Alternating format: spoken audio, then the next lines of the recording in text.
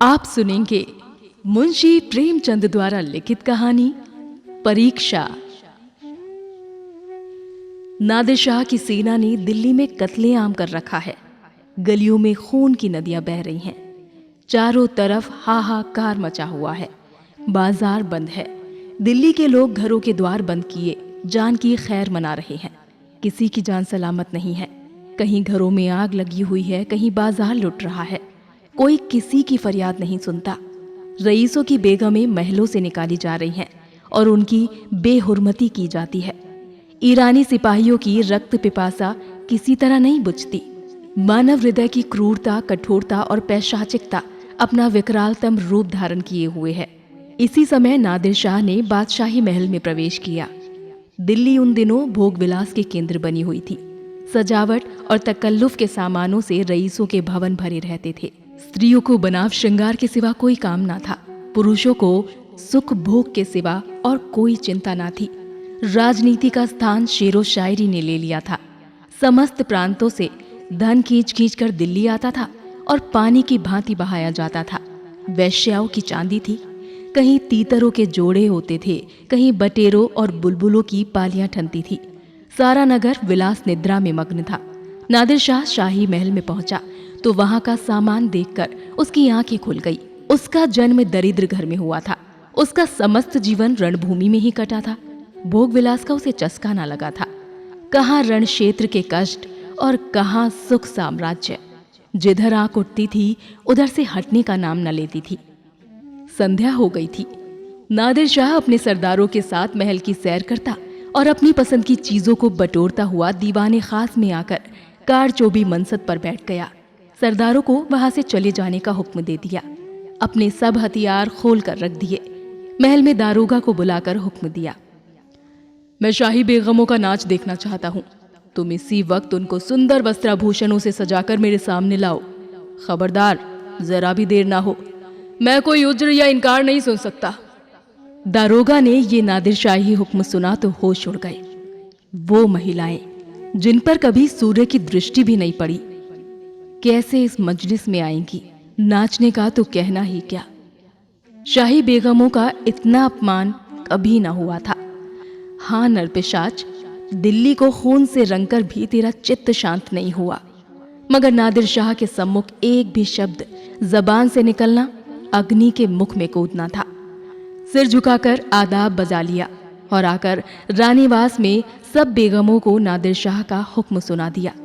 उसके साथ ही ये इत्तला भी दी कि जरा भी तहम्मुल ना हो। नादिर शाह कोई उज्र या हीला ना सुनेगा। शाही खानदान पर इतनी बड़ी विपत्ति कभी ना पड़ी थी, पर इस समय विजयी बादशाह की आज्ञा को शिरोधार्य करने के सिवा प्राण रक्षा का अन्य कोई उपाय नहीं था। बेगमों ने ये आज्ञा सुनी तो हद बुद्धि सी हो गई। सारे रानीवास में मातम सा छा गया। वो चहल पहल गायब हो गई। सैकड़ों हृदयों पर इस अत्याचारी के प्रति एक शाप निकल गया। किसी ने आकाश की ओर सहायता याचक लोचनों से देखा, किसी ने खुदा और रसूल को सुमरन किया, पर ऐसी एक भी महिला ना थी जिसकी निगाह कटार या तलवार पर गई हो। यद्यपि इनमें कितनी ही बेगमों के नसों में राजपूतानियों का रक्त प्रवाहित हो रहा था, पर इंद्रिय लिप्सा ने जौहर की पुरानी आग ठंडी कर दी थी। सुख भोग की लालसा आत्मसम्मान का सर्वनाश कर देती है। आपस में सलाह करके मर्यादा की रक्षा का कोई उपाय सोचने की मोहलत ना थी। एक एक पल भाग्य का निर्णय कर रहा था। हताश होकर सभी ललनाओं ने पापी के सम्मुख जाने का निश्चय किया। आंखों से आंसू जारी थे, दिलों से आहें निकल रही थी, पर रत्न जड़ित आभूषण पहने जा रहे थे। अश्रु सिंचित नेत्रों में सुरमा लगाया जा रहा था और शोक व्यथित हृदयों पर सुगंध का लेप किया जा रहा था।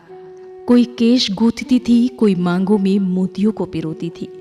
एक भी ऐसी पक्के इरादे की स्त्री ना थी जो ईश्वर पर अथवा अपनी टेक पर इस आज्ञा का उल्लंघन करने का साहस कर सके।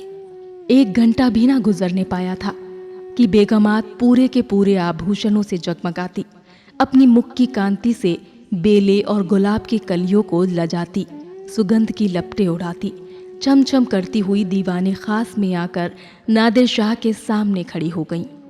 नादिर शाह ने एक बार कनखियों से परियों के इस दल को देखा। और तब मसंद की टेक लगाकर लेट गया। अपनी तलवार और कटार सामने रख दी। एक क्षण में उसकी आंखें झपकने लगी। उसने एक अंगड़ाई ली और करवट बदल ली। जरा देर में उसके खर्राटों की आवाजें सुनाई देने लगी। ऐसा जान पड़ा कि वो गहरी निद्रा में मग्न हो गया है। आधे घंटे तक वो पड़ा सोता रहा और बेगमें ज्यों की त्यों सिर नीचा किए दीवार के चित्रों की भांति खड़ी रहीं। उनमें दो एक महिलाएं जो ढीठ थी, घूंघट की ओर से नादिर शाह को देख भी रही थी और आपस में दबी जबान में कानाफूसी कर रही थी। कैसा भयंकर स्वरूप है, कितनी रन्नूनमत आंखें हैं, कितना भारी शरीर है। आदमी काहे को है, दैत्य है दैत्य। नादिर शाह की आंखें खुल गई। परियों का दल पूर्ववत खड़ा था। उसे जागते देखकर बेगमों ने सिर नीचे कर लिया और अंग समेटकर भेड़ों की भांति एक दूसरे से मिल गई। सबके दिल धड़क रहे थे कि अब ये जालिम नाचने गाने को कहेगा, तब कैसे क्या होगा। खुदा इस जालिम से समझे, मगर नाचना गाना तो न किया जाएगा, चाहे जानी क्यों ना जाए। इससे ज्यादा जिल्लत अब और न सही जाएगी। सहसा नादिर शाह कठोर शब्दों में बोला, ए खुदा की बंदियों, मैंने तुम्हारा इम्तिहान लेने के लिए बुलाया था और अफसोस के साथ कहना पड़ता है कि तुम्हारी निस्बत मेरा जो गुमान था वो हर्फ ब हर्फ सच निकला। जब किसी कौम की औरतों में गैरत नहीं रहती ना, तो वो कौम मुर्दा हो जाती है।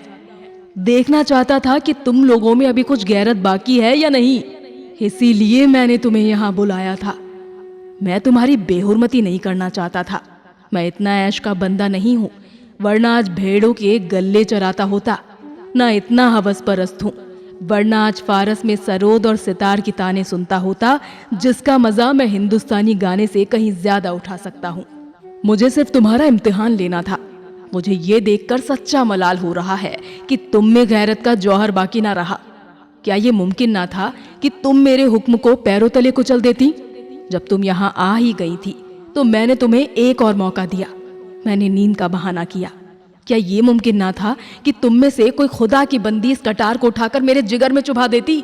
मैं कलाम पाक की कसम खाकर कहता हूँ कि तुम में से किसी को कटार पर हाथ रखते देखकर मुझे बेहद खुशी होती। मैं उन नाजुक हाथों के सामने गर्दन झुका देता। पर अफसोस है कि आज तैमूरी खानदान की एक बेटी भी यहाँ ऐसी ना निकली जो अपनी हुर्मत बिगाड़ने पर हाथ उठाती। अब ये सल्तनत जिंदा नहीं रह सकती। इसकी हस्ती के दिन गिने हुए हैं। इसका निशान बहुत जल्द दुनिया से मिट जाएगा। तुम लोग जाओ और हो सके तो अब भी सल्तनत को बचाओ, वरना इसी तरह हवस की गुलामी करते हुए दुनिया से रुखसत हो जाओगी। तो ये थी कहानी परीक्षा। आपको ये कहानी कैसी लगी हमें कमेंट सेक्शन में लिखकर जरूर बताएं। साथ ही हमारे चैनल को लाइक, शेयर, सब्सक्राइब करना ना भूलें और सुनते रहें स्टोरियन लफ्जों के हमसफर।